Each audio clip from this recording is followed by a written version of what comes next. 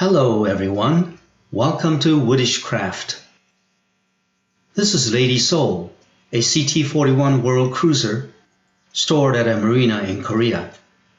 She has a lot of teak wood on her decks, cockpit, cabin top, and the interior. Even the masts are made out of teak.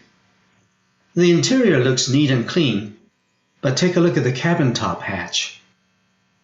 Yeah. The owner let the teak gather dirt and grime for more than 4 years without a proper cleaning.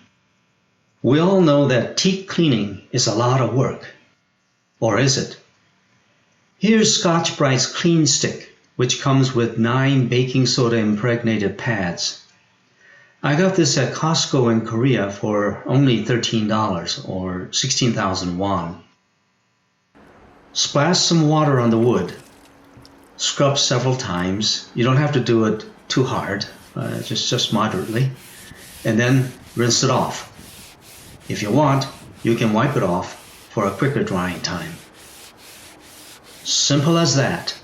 It's my lazy man's way of cleaning teak wood on decks and cabin tops that doesn't involve use of any harmful chemicals that may be contained in teak cleaning solutions.